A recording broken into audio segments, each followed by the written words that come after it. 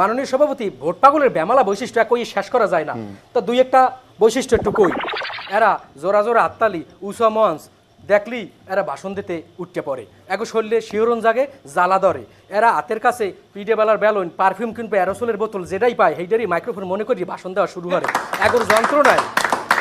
এগোর যন্ত্রণায় পাড়া প্রতিবেশী ঘরের বউ কেউ ঠিকঠাক ঘুমাইতে পারে না, খাটের নাটবল্ট খুলতে রাখে। এইসব পাগলদের ডেডিকেশন।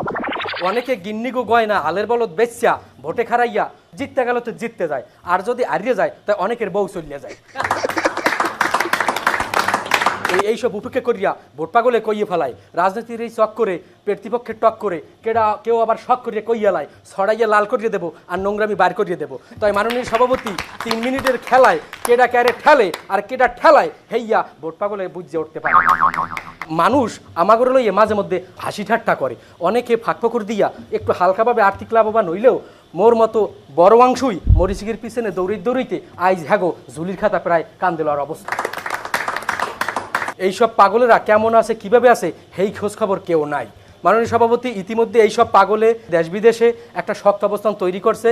এরা অনতিবিলম্বে এইসব পাগলদের স্বীকৃতি চায়, আর এইসব স্বীকৃতি দেওয়া এখন সময়ের দাবি। মেধা মননে শ্রমে আমনে যদি বিশ্ব পাগল সম্মেলনে কেউরে লইয়ে যান, হেইনে আমিই সেরা।